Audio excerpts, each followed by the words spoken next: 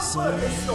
Peut-être toi tu peux te déplacer pour aller dans une maison d'un frère ou une maison d'une sœur quelconque que tu vas aller visiter. Qu'est-ce que toi tu apportes?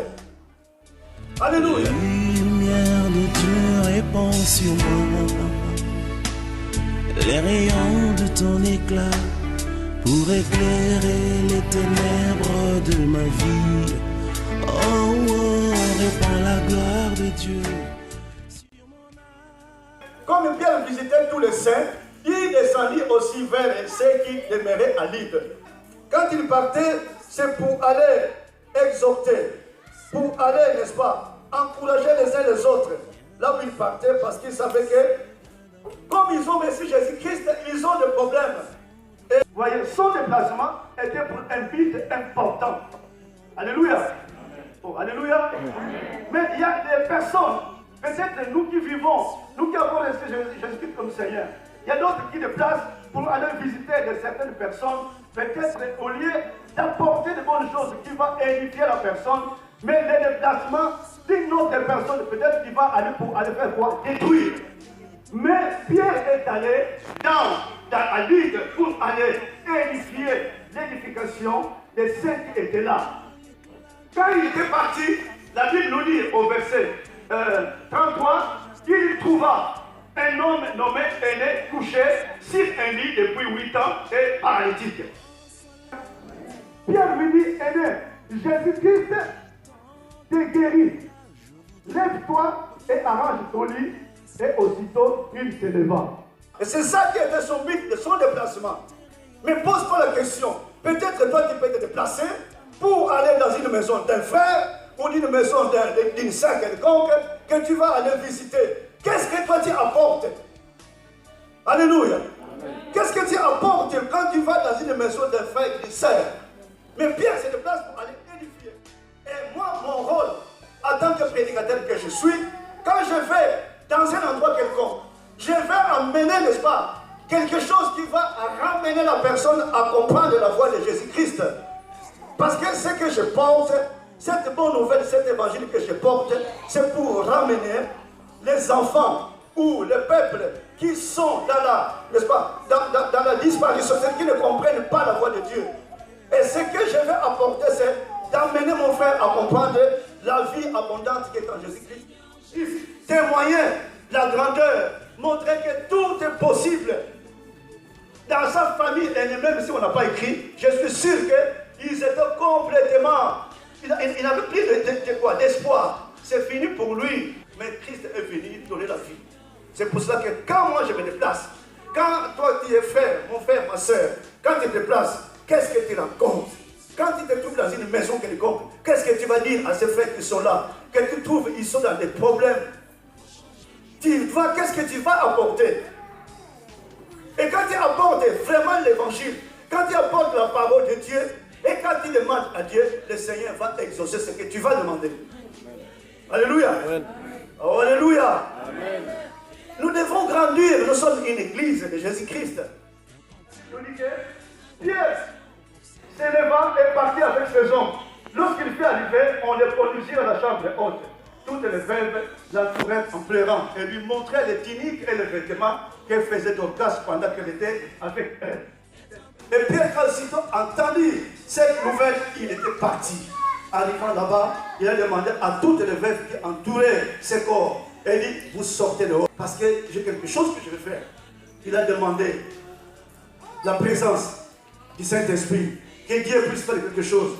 Et la Bible nous dit que cette femme qui s'appelle Tabitha a retrouvé la vie. Alléluia. Amen. Regarde la puissance ou les résultats de la parole de Dieu, de l'évangile que nous négligeons aujourd'hui. C'est pour ça que la Bible dit que Jésus-Christ, lorsqu'il les a envoyés, il a dit quelque chose. Enseignez-leur ce que je vous ai prescrit. Et les résultats, ils sont venus témoigner. Et les gens comme les apôtres, comme Pierre que nous venons de lire tout à l'heure là, c'est-à-dire qu'il a eu aussi le temps d'écouter les enseignements. Parce que pendant 3 ans aussi, il était avec les uns et les autres.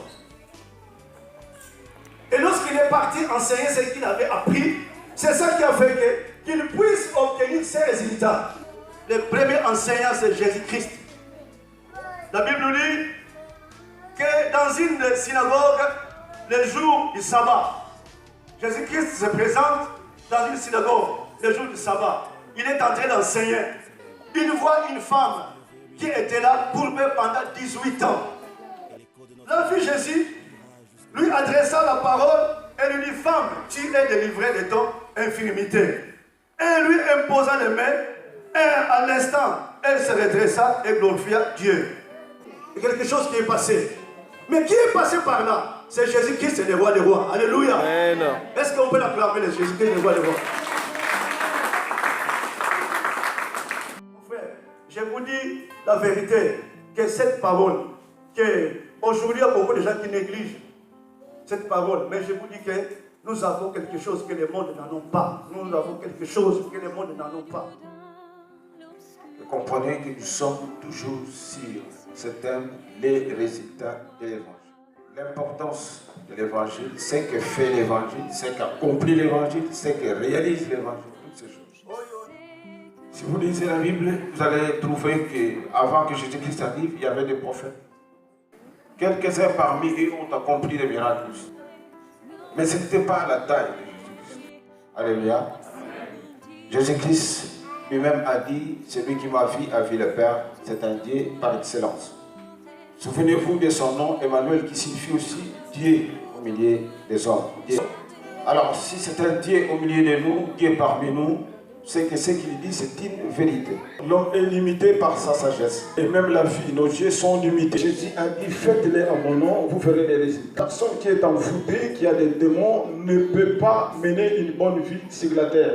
Et si la personne meurt dans cet état, il prend la direction de l'enfer. L'exemple que notre frère a cité tout à l'heure, il a parlé de Pierre qui a guéri une femme qui était paralytique depuis 8 ans. Il a ajouté encore le miracle de Tabitha qui était ressuscité. Toutes ces choses, c'est les résultats de l'évangile. Et ce que je voulais te dire, que Tabitha faisait de bonnes œuvres, bien que c'était une femme à une bonne réputation. Si Pierre n'était pas passé par là, malgré de bonnes œuvres, eh bien on l'enterrait. C'est l'évangile qui l'a ramené à la vie. Vous voyez un peu les résultats de l'évangile.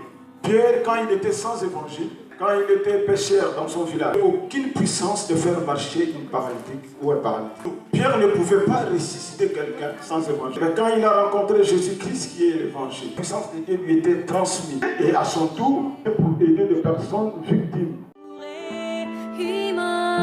Imaginez le prix payé pour mon péché.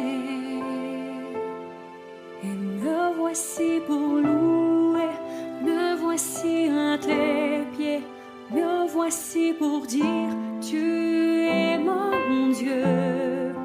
Tout en toi est beauté, tout en toi est grandeur, tout en toi